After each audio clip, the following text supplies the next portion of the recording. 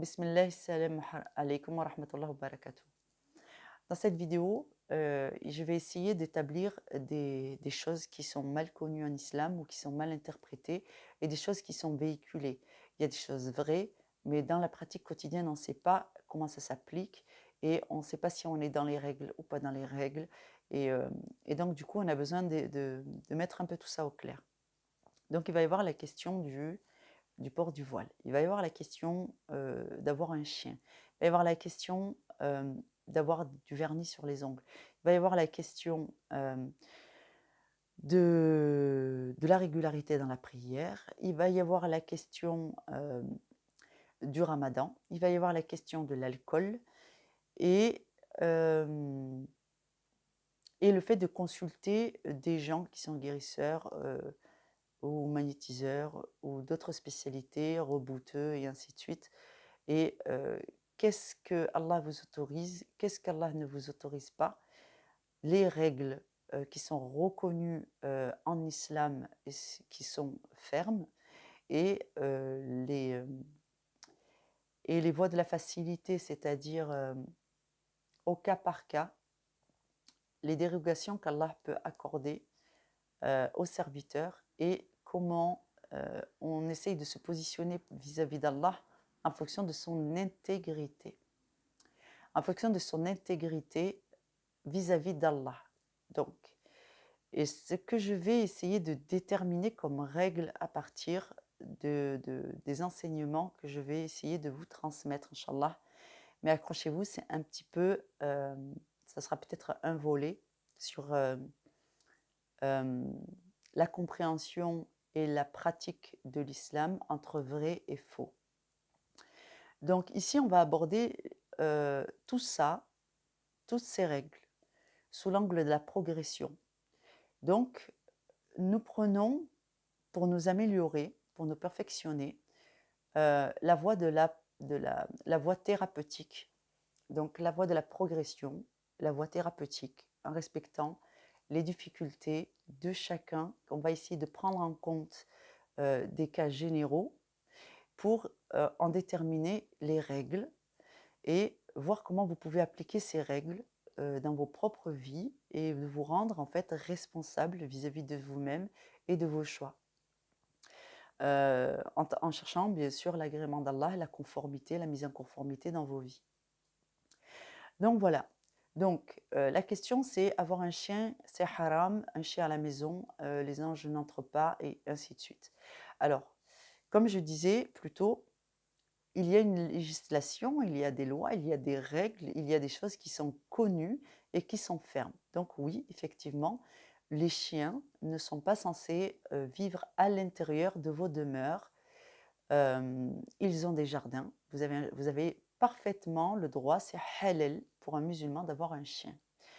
Mais ce qui n'est pas recommandé, c'est de vivre avec le chien à l'intérieur de son logement. Si le chien entre et sort, il n'y a pas de souci. Mais si le chien passe du temps dans le logement, ça peut dissuader les anges, si vous préférez, de rentrer dans le logement. Mais il y a des conditions et il y a donc des dérogations possibles. Par exemple, en islam, ce que les gens pensent que le chien est illicite. Le chien n'est pas illicite, le chien est halal en islam. Vous avez le droit d'avoir un chien. Ce que les gens pensent, c'est que le fait de toucher un chien ou que le poil des chiens est en contact avec vous, ça rend illicite enfin, ça abroge vos ablutions, c'est-à-dire que vous n'êtes plus en état de pureté. Alors c'est faux, dans le sens où c'est la salive du chien, donc si le chien bave sur vos vêtements, il va vous falloir rincer la partie du vêtement sur lequel la salive du chien a été en contact. Si vous avez caressé un chien, comme quand vous passez le balai et que vous ramassez à la balayette, vous avez sali vos mains, ou vous cuisinez par exemple, il vous suffit de laver vos mains et ça n'a pas invalidé vos ablutions. Si vous avez de la salive de chien sur les mains, ça n'invalide pas vos ablutions, il faut vous laver les mains. Mais voilà, ce qui est neige, c'est d'avoir ces saletés sur vos vêtements ou sur vous. Et donc, il faut veiller à te purifier et à purifier tes vêtements au moment de la salade, c'est important. Et comme il est important pour se protéger sur le plan spirituel de garder ses ablutions le plus longtemps possible entre 2 prières, eh bien, de la même façon, on va essayer d'éviter de salir avec des choses qui rendent impurs les vêtements. Donc l'urine rend impur et l'urine même des humains, hein, c'est-à-dire que les éclaboussures, quand vous allez aux toilettes, baissez la lunette des toilettes avant de tirer la chasse, ça évitera de prendre des éclaboussures sur vos vêtements. Les vêtements que vous portez à l'extérieur se salissent très rapidement et peuvent ramasser des impuretés. Lorsque vous êtes à la maison, préférez porter des vêtements que vous ne portez qu'à la maison pour la salade et distinguer les vêtements que vous mettez pour faire le ménage, les vêtements que vous mettez pour aller à l'extérieur, parce qu'à l'extérieur, c'est souvent plus sale et il y a plus d'impuretés qu'à la maison. Et donc, distinguez donc les vêtements que vous utilisez pour la prière des autres vêtements dans la mesure du possible et ça vous évitera d'avoir des impuretés qui pourraient invalider vos prières. Donc ça, c'est pour la question du chien. Donc, je voulais ajouter que pour des personnes, dans des cas assez particuliers, le chien à l'intérieur de la maison, Allah peut vous faire une dérogation et peut ne pas diminuer votre karama, continuer à accepter vos prières et continuer à protéger votre maison, quand bien même vous avez un chien à la maison, pour des raisons thérapeutiques. Admettons que par exemple, j'ai un chien, je suis aveugle. Et mon chien est un bien précieux pour ma subsistance, pour ma survie et ma santé physique et le fait que je puisse devenir rester autonome au quotidien m'est indispensable. Donc mon chien est très très précieux parce que c'est très difficile de dresser un chien à cet effet. Eh bien, le fait que ton chien t'accompagne dans ton domicile, Allah te l'a agrée et Allah te facilite à travers les moyens qu'Allah te donne. Donc, le fait d'avoir un chien dans ces conditions n'invalide pas la présence des anges, du soutien d'Allah. Si, vous savez, quand tu fais la salade, les anges viennent pour te protéger, les anges se battent dans le rail pour te protéger des démons qui tentent de t'approcher. Allah fait et tient ses promesses, il fait ce qu'il dit. Donc le fait d'avoir un chien dans ce cadre, dans un cadre thérapeutique, peut comment te dire, peut être soutenu par Allah Azza wa Jal. De la même façon, prenons un exemple, si tu as dans ta famille, par exemple, quelqu'un qui a eu un très très grave accident, notamment un adolescent ou un enfant, qui est totalement dépressif, que tu n'arrives pas à ramener à la raison, lui rendre la joie de vivre, lui donner envie de se lever le matin pour rester combatif, et que tu décides, pour des raisons thérapeutiques, de prendre un animal, et que c'est le chien qui est le plus susceptible d'aider cet enfant à dépasser son épreuve et à revenir à un mode de fonctionnement normal parce que ça le met en joie de se lever le matin, pour s'occuper de son chien, de jouer avec son chien et que ça lui donne envie de ressortir, d'aller faire courir le chien, de prendre ses responsabilités vis-à-vis de son animal de compagnie et que ça lui donne envie de s'en sortir et de sortir de sa dépression. Ça reste un cadre thérapeutique, mais ça se fait bien sûr dans le cadre où tu vas consulter Allah et tu vas dire, Ya Allah, voilà, je veux aider mon enfant, tu as créé des possibilités, tu as donné des possibilités. Nous savons que la compagnie d'un animal est une thérapie importante dans certains cas. Est-ce que tu nous accordes? Et vous pouvez faire une salade de consultation. Donc, il ne faut pas négliger les moyens qu'Allah a mis dans ce monde pour pouvoir aider sur le plan thérapeutique. Donc, condamner systématiquement la présence d'un chien, ce n'est pas correct parce qu'en réalité, c'est à l'appréciation d'Allah. Et à partir du moment où c'est dans une voie thérapeutique que se font les choses et que ça améliore la situation de la famille ou de l'être humain, eh bien, on ne peut pas poser d'interdiction ferme dans ce sens, puisque c'est Allah qui va donner des moyens, et des moyens, des fois des chemins qu'Allah emprunte, et des fois échappent à la raison collective. Mais donc c'est pour ça que je dis qu'il faut tout traiter au cas par cas. Et chaque famille a ses problématiques, et donc il ne faut pas négliger que Allah donne des facilités à ses serviteurs. Donc ça, c'était pour la question du chien, alhamdoulilah. Donc ensuite, nous avons la problématique des jeunes femmes qui commencent la prière, alhamdoulilah, qu'Allah les facilite, et qui n'ont pas, et qui n'ont enfin, qui sont à mi-chemin entre je veux faire la prière parce que c'est bien, ça me fait du bien, c'est une obligation. Je suis contente de pouvoir me vaquer, enfin, je suis contente de pouvoir avancer sur mon chemin de la piété, mais toutefois, elles ont encore les ongles vernis, elles mouillent pas trop leurs cheveux pour éviter d'abîmer le brushing et ainsi de suite, et tout un tas de problématiques qu'on peut rencontrer quand on est une femme entre 2 paradigmes, c'est-à-dire entre le fait d'être jeune et d'avoir envie d'être soignée et ainsi de suite, avec les codes que nous connaissons de notre époque, et en même temps de se conformer à la volonté d'Allah. Alors voilà, moi, dans ce cas-là, ce que je recommande. Je recommande de dire avec la plus grande douceur pourquoi le vernis est déconseillé. C'est un makrouh, donc ce n'est pas illicite en soi, mais c'est un makrouh. C'est makrouh parce que dans le sens où quand vous mettez du vernis, au moment des ablutions, l'eau ne peut pas rentrer en contact avec cette partie de l'ongle, et donc c'est comme si vos ablutions étaient incomplètes.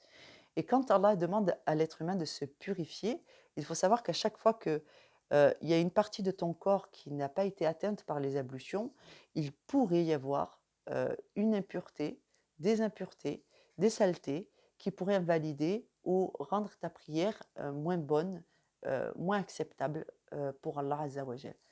Toutefois, puisqu'on est dans la progression, il faut savoir que c'est le fait de rester assidu dans la prière qui va nous permettre d'arriver à l'éveil spirituel, qui va faire que, eh ben, à un moment donné, on va se rendre compte que si on veut continuer à s'améliorer, on est content. Quand on fait la prière, on se sent mieux. On trouve un équilibre progressivement. On se conforte dans l'idée que, alhamdoulilah, on est des musulmans. Alhamdoulilah, on fait ce pourquoi on avait tant travaillé. On a beaucoup mis des efforts pour arriver à s'acquitter de sa prière, et du coup, on est satisfait de nous-mêmes. C'est dans ce chemin de la salat qui est maintenu que vient la sagesse, la quiétude, le discernement, la guidée et l'envie de s'améliorer par la suite, compte tenu de ses ablutions, de la nature de ses invocations, de la qualité de son recours et de son sujoud, parce que vraiment, la prière est quelque chose euh, d'assez, euh, d'assez spécifique, et les positions sont bien cadrées. Les invocations sont bien cadrées. L'idéal, c'est de pouvoir faire des invocations que nous comprenons. Quand tu récites les prières, il faut pouvoir comprendre les prières. Donc, si vous avez dans vos foyers ou dans votre entourage des gens qui font la salat, alhamdoulilah, et qui ont encore des choses à améliorer quant aux ablutions, quant à la tenue, quant à la qualité des invocations, et ainsi de suite. Insistez plutôt, n'insistez pas, je veux dire, n'insistez pas sur les défauts. Faites le rappel en douceur en disant, eh bien, je vais t'expliquer pourquoi le vernis, au moment des ablutions, pourrait te porter préjudice dans ta salade. Vous vous expliquez la raison. Ceci est un rappel, alhamdoulilah. Et ensuite, encouragez de continuer la prière, tant pis pour les imperfections, parce que la perfection vient à travers la prière. C'est en forgeant qu'on devient forgeron. Donc, c'est une acquisition des savoirs, et ça se fait par étapes, il y a une transition. Et là, on est dans une phase d'apprentissage. Donc, dans la phase d'apprentissage, on enseigne. Donc, on dit, ben voilà, tu sais pourquoi le vernis c'est makrouh? Parce qu'en fait, au moment des ablutions, eh ben, il se passe ça. Tu sais pourquoi le vernis c'est makrouh? Deuxième raison, c'est parce que ça reprend les codes des gens qui ne sont pas soumis à Allah et qui ne font pas attention à leurs ablutions et à leur état de pureté vraiment de façon soigneuse. Ça reprend les codes des gens qui sont dans un mode de séduction qui ne relève pas de la beauté intérieure, mais qui relève plus des aspects extérieurs. Donc, toutes ces petites choses bout à bout, qu'on rappelle comme ça de façon euh, juste à enseigner en fait, et qui ne visent pas à pousser les gens enfin comment te dire, à pousser les gens au-delà de leur capacité. L'essentiel pour l'éveil spirituel, pour la guider de chacun, c'est juste de venir soutenir l'effort qui est salvateur. Telle est la religion d'Allah, c'est-à-dire que Dieu dit: «La prière préserve de la turpitude et fahsha wal munkar, de la turpitude et de ce qui est détestable».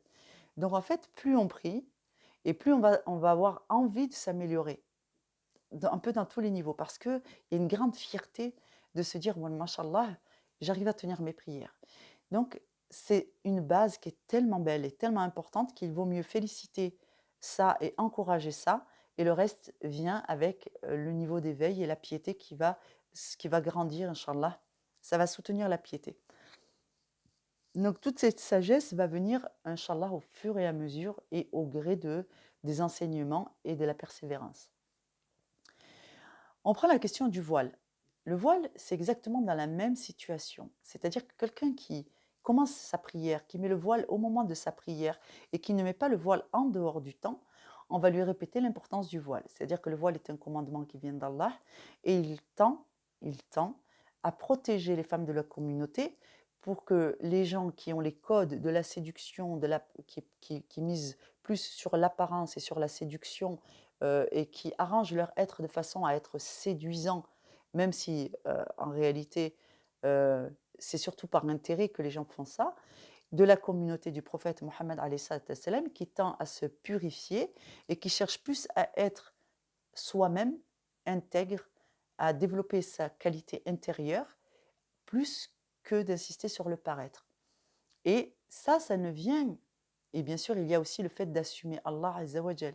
Donc, quand on porte son voile et qu'on obéit à Dieu, c'est qu'on est enfin arrivé à une force morale qui nous permet de porter son voile et de dire: regardez, j'aime Allah. Voilà, c'est ça en fait. J'aime Allah et je suis capable d'assumer l'amour que j'ai pour Dieu en toutes circonstances. Et ça, cet amour, il va grandir au travers des bons comportements, de la salate, de tous les efforts que vous faites pour essayer de vous rapprocher de votre religion, de comprendre la parole de Dieu.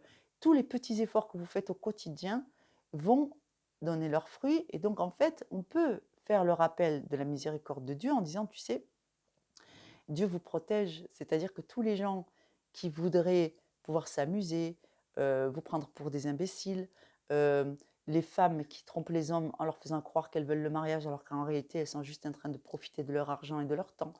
C'est ces hommes qui prennent les femmes pour des imbéciles et qui en fait ne veulent que d'avoir des rapports sexuels et qui leur mentent et qui leur mentent et qui leur font perdre 1 an, 2 ans, 3 ans. Quand ils vont voir la femme voilée, ils vont même pas chercher. Ils vont aller vers une autre, une qui n'a pas le voile. Et ils vont essayer plus avec celles qui ne sont pas voilées qu'avec celles qui sont voilées. Et c'est ainsi qu'Allah protège ses serviteurs, mais il y a quand même des gens qui trompent dans la communauté, donc soyez vigilants à la kulli hal. Mais c'est le voile permet d'éloigner un certain nombre de dangers de la femme de la communauté d'Allah, la femme de la communauté musulmane. Donc en fait, ce sont toutes ces prescriptions qu'on va découvrir au fur et à mesure qu'on va comprendre la religion d'Allah et la volonté d'Allah. Et donc, euh, je pense qu'il faut expliquer pourquoi le voile c'est important et encourager les gens dans ce qu'ils ont décidé de faire. Si par exemple une femme a décidé qu'elle va commencer à faire sa prière mais qu'elle n'est pas prête à assumer le voile au quotidien, eh bien il faut lui dire: je te félicite, c'est une très très bonne chose. La prière est un des actes les plus aimés d'Allah. D'ailleurs, regardez, pour vous dire, le voile c'est extrêmement important, mais c'est quelque chose qui va venir au fur et à mesure. L'importance du voile va se révéler à vous au gré de votre éveil spirituel. Dans les piliers de l'islam, il n'y a pas le voile. Pourtant, le voile est un commandement. Mais ce qui va vous amener à obéir dans ces commandements-là, c'est le tawhid, l'unicité, la salat, réussir à vous acquitter du ramadan, parce qu'en même temps, ça va vous purifier sur le plan intellectuel et sur le plan physique, ça va enlever toutes les toxines, ça va ramener un peu de clarté dans votre esprit, le ramadan, et ça va en même temps euh, construire et façonner votre force morale. Quand vous avez ces ingrédients, alhamdoulilah, il y a, et j'en oublie, il y a donc une évolution dans votre être. Donc ça veut dire que votre piété, elle va se renforcer, se renforcer, se renforcer, jusqu'à que tous les éléments vont se mettre en place. Et quand vous allez voir à un moment donné, quand vous allez faire la salat, vous allez vous rendre compte que vous êtes sorti de la prière, ça y est, alhamdoulilah, vous avez fait vos salutations, salam alaikum, et dans la maison, vous avez gardé le voile. On va dire, comment ça? J'ai encore mon voile. Mais au moment de l'enlever, à un moment donné, vous allez vous sentir moins bien. Comme si le voile, vous le sentiez, c'est un vêtement qui vous réconforte. Et bien, quand vous en êtes là, vous allez pouvoir vous rendre compte par vous-même qu'en réalité, c'est exactement ça que ressentent les femmes qui se voilent à l'extérieur. Elles sont tellement bien, tellement confort, elles se sentent tellement euh, enlacées par la miséricorde d'Allah quand elles portent leur voile, que je vous jure que quand elles sortent, elles se disent ah, subhanallah, je suis trop bien avec mon voile. Elles y pensent plus au regard des autres. C'est-à-dire que il faut qu'il y ait vraiment quelqu'un qui dise oh, t'as mis le voile pour qu'elle se rende compte qu'en fait, il y a le regard des autres. Mais il y a un moment donné où vous allez tellement vous sentir bien et profiter de vous dire bah, j'ai envie de continuer à me sentir bien. Quand là, j'enlève mon voile, d'un coup, je me sens pas bien, je me sens nue, j'ai froid. J'avais tout à l'heure comme une espèce de cocon de bien-être. Et là, en enlevant le voile, j'ai enlevé mon bien-être avec. Et vous allez, à un moment donné, dire bah, tant pis, je vais aller acheter ma baguette, c'est pas grave, je garde mon voile. Et ainsi de suite. Donc, ça, c'est des choses qui vont venir, Inch'Allah, petit à petit, à travers la pratique. Vous allez goûter, c'est ce qu'on appelle la miséricorde et la félicité de la foi. Donc ça vient en construisant sa piété tout en essayant de se conformer. Mais on ne peut pas changer du jour au lendemain, du tout au tout, parce que tous les êtres humains n'ont pas cette capacité. Donc la progression dans l'acquisition de la connaissance et de la mise en pratique, c'est important à respecter. Et c'est ça que j'appelle la voie thérapeutique. Donc, c'est une douceur que vous vous devez à vous-même parce que de toute façon, on a tous été trop violentés, sans pour autant tomber dans le laxisme. Donc ça, c'est pour la question, alhamdoulilah, du voile. Donc, soutenir le bon comportement, rappeler pourquoi il est bien de porter le voile et ainsi de suite, mais expliquer aussi aux gens que c'est dans la progression. C'est dans la progression que vous verrez l'utilité et que vous verrez le côté qualitatif de pouvoir porter son voile, Inch'Allah, en toutes circonstances. Donc ça s'acquiert avec le temps et la pratique.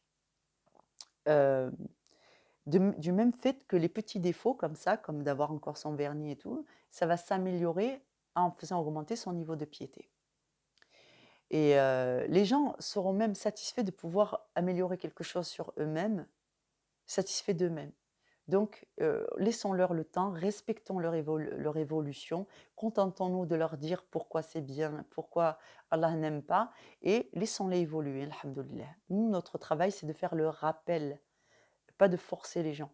Donc, il ne faut pas qu'il y ait non plus un encouragement à faire, enfin, comment te dire, si on insiste trop sur ces aspects, ça va décourager les gens de continuer dans leur cheminement de piété. Ça, auprès d'Allah, c'est une faute que nous devrons assumer. Donc Allah n'aime pas les gens qui rendent la religion plus difficile. La religion, auprès d'Allah, s'appelle l'islam. Donc ça veut dire que c'est la volonté de Dieu. Si on entrave les gens qui cherchent à aller vers Allah parce que nous avons manqué de jugement ou de douceur ou d'intelligence ou de sagesse, parce que nous avons brusqué les gens au lieu de soutenir et d'encourager leurs bonnes actions, nous devons rendre des comptes à ce sujet. Donc il faut vraiment être très très bienveillant tout en disant la réalité, c'est-à-dire que ça, Allah l'a fermement interdit, ça, Allah l'a autorisé et même il l'a rendu obligatoire, et expliquer que dans la transition, Allah nous a laissé du temps, le temps de l'épreuve, le temps de l'éveil, le temps de l'apprentissage, le temps de la mise en exercice de son apprentissage, et cette progression, Allah l'a autorisé à tout le monde. Donc, reprenons. Nous parlions donc des sorties, le vendredi soir par exemple, tiens j'ai envie d'aller voir un match de foot, et puis après j'irai en discothèque avec mes amis et toute la semaine je fais des efforts, j'essaye d'augmenter ma piété, je me nettoie sur le plan spirituel, j'écoute du dhikr et puis le vendredi, hop, j'en ai marre, je pars en vadrouille. Eh bien, sachez que, bien sûr qu'on ne peut pas attacher les gens, parce qu'on sait que, ils se font du mal à eux-mêmes ou que, vous, vous avez envie de décompresser. Vous dites: «Ah c'est bon, là, c'est bon, j'en ai marre. Tout ce que je fais, beaucoup d'efforts et tout, jamais de récompense. Ben là, j'ai envie d'aller m'éclater, j'ai envie de faire ci, j'ai envie de faire ça». Bon, sachez que ça, c'est le meilleur moyen de, de laisser s'effondrer tous les efforts que vous avez faits avant. Et c'est vraiment dommage parce que ça fait partie des pièges de Iblis, na'anahullah. Et on a aussi, nous, un orgueil qui en a marre, des fois, de se sentir privé. Donc, dans la voie thérapeutique, ce qu'on fait, c'est qu'on ne va pas être trop brutal dans le changement de vie. On a besoin de décompresser, on va s'autoriser à décompresser. Sauf que ce qu'on va faire, c'est qu'on va essayer de diminuer le mal. C'est-à-dire que si moi, j'ai d'un coup, ça me donne envie, allez, c'est bon, mes collègues ils m'ont appelé, moi, ça fait un mois que j'essaye de faire des roquias, que j'essaye de faire des ablutions, de garder mes ablutions, je prie beaucoup, je lis du dhikr, j'ai besoin d'air, je veux me changer. Eh bien, il faut essayer de voir, de faire un mal, un péché pour soi, qui soit en dessous de celui qui était prévu. C'est-à-dire retenir le mal. Quand on va en discothèque, dans ces cas-là, il y a le péché des yeux, le péché des oreilles, le péché du cœur, parce qu'on va voir les autres dans leur petite tenue, en train de faire n'importe quoi, de boire, de vomir, de flirter. Donc toutes ces choses dont tu essayes, toi, de te nettoyer, hein, pour ne pas retomber dans les travers d'avant, et qui vont être exposés sous tes yeux. Et ton cœur, donc, il va commencer à focaliser sur les choses que tu vois. Si tu tournes ton regard toute la semaine vers les gens qui prient à la mosquée, tu vas commencer à te projeter parmi les gens qui prient à la mosquée. Mais si ton cœur il se tourne vers ceux qui s'empèguent et qui font n'importe quoi dans les discothèques, c'est vers eux que ton cœur va tendre. Donc, il faut être très vigilant de ne pas perdre tout l'intérêt de son travail de force morale qu'on essaye de faire, parce que changer, c'est très difficile. C'est comme, admettons, je veux arrêter de fumer. Je veux arrêter de fumer et j'ai décidé de prendre, voilà, bonne disposition, j'arrête de fumer. Et j'ai des amis qui sont non-fumeurs, mais j'ai des amis qui sont fumeurs. Et puis, quand je suis avec les non-fumeurs, j'arrive à me passer plus facilement de la cigarette. Ils n'ont pas les mêmes automatismes, ceux que j'essaye de perdre en tant que fumeur. Et donc, du coup, ça m'aide dans ma démarche d'arrêter de fumer. Et le vendredi, toute la semaine, je suis contente, j'ai pas fumé, je suis très content. Et vendredi, je décide d'aller en discothèque, sauf qu'en discothèque, les gens, ils n'ont pas décidé d'arrêter de fumer, eux. Ils font tout le contraire, ils n'arrêtent pas de fumer. Donc en fait, au bout de 5 minutes arrivés en discothèque, entre l'odeur de la cigarette et tous ces gens qui sortent pour fumer à tour de rôle, eh bien moi je replonge, alors que ça fait une semaine qu'en traînant avec des gens qui ne fument pas, je n'ai pas fumé et j'ai tenu mes objectifs, et que en une soirée, en une seconde, parce que j'ai côtoyé des gens qui faisaient ce que je ne voulais pas faire, je suis retombée, parce que l'addiction plus le fait que ce soit renforcé par voir les autres le faire, m'a ramenée à ma faiblesse mentale, qui fait que j'ai replongé dans quelque chose que je voulais arrêter. C'est exactement le même mécanisme. Quand on a décidé de prendre en main sa vie spirituelle, on tourne son regard exclusivement vers ceux qui prient et qui ont un bon comportement sur le plan spirituel. On finit par s'identifier à une qualité d'être et un mode de vie auquel on aspire. De la même façon, ceux qui veulent devenir médecins traînent essentiellement avec des étudiants en médecine. Ils sont eux-mêmes étudiants en médecine. Ceux qui veulent devenir mécaniciens traînent essentiellement avec des gens qui touchent à la mécanique, mécanique auto, ou qui rénovent des voitures anciennes. Et c'est comme ça qu'ils se perfectionnent, qu'ils deviennent bons dans leur domaine. Ceux qui cherchent la piété, la voie spirituelle, à se purifier, à avoir le bon comportement, à être une bonne personne et à gagner l'amour d'Allah, ceux-là essayent de côtoyer des gens qui leur ressemblent et c'est leur meilleure chance de réussite. Ce verset, vous le trouvez dans le Coran. Tourne ton regard vers ceux qui prient et ne les lâche pas du regard. Voilà, c'est un conseil qu'Allah donne. Et quand on prend des équivalents des défauts qu'on a et qu'on veut corriger, ceux qui veulent devenir sportifs regardent des vidéos de sportifs, ils regardent des vidéos de coachs sportifs et ils vont à la salle de sport et ils se font des amis sportifs. Donc, c'est le meilleur moyen pour eux de rester sportifs, c'est-à-dire de côtoyer des gens qui ont un centre d'intérêt commun. Donc, ce conseil qu'Allah donne est valable dans tous les domaines et parce que notre nature est celle-ci et qu'Allah nous connaît très bien. Donc, j'aurais tendance à conseiller à ceux qui ont ce genre d'envie de temps en temps de tout laisser et de décompresser, de chercher une activité qui soit distrayante, qui leur permet de voir des amis, donc de voir un peu du monde, mais de choisir un lieu qui soit sobre et agréable, mais qui change de l'ordinaire, choisir les amis qu'ils ont envie de voir et de s'autoriser une sortie. Par exemple, un bon film au cinéma, un film d'action dans lequel il n'y a pas trop de choses malsaines, qui peut faire plaisir, un film d'action, science-fiction, enfin ce que vous voulez, et d'y aller avec 2 ou 3 amis avec lesquels vous vous entendez bien, qui vous ressemblent, qui ont votre système de valeurs et ainsi de suite. Peut-être ensuite sortir, dans un restaurant à pizza, boire un sirop, un coca, ce que vous voulez et tirer un petit peu jusqu'à 23 heures et après, alhamdoulilah, rentrer chez vous satisfait de vous être diverti sans être tombé dans des extrêmes, qui vont vous faire perdre tous les avantages et tout ce que vous avez gagné qui est méritoire, de tous vos efforts qui étaient précédents, de tous vos efforts précédents. Donc, dans ce sens, on va vers la progression. Donc, on va essayer de retenir le mal et de ne pas aller dans les extrêmes, comme la discothèque. Et dans le bien, on va continuer à avancer, mais de façon progressive, pour que ce soit doux. Parce que Allah n'a pas créé l'islam afin que vous soyez malheureux. Allah a créé l'islam afin de vous aider à équilibrer votre existence et à trouver euh, le vrai vous. Et la voie du vrai bonheur, c'est celle-là. Ensuite, bon, pour la question du ramadan.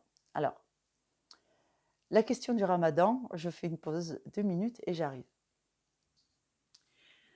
On va traiter du ramadan, de l'alcool et des autres formes de guérisseurs dans la deuxième partie de cette vidéo, Inch'Allah.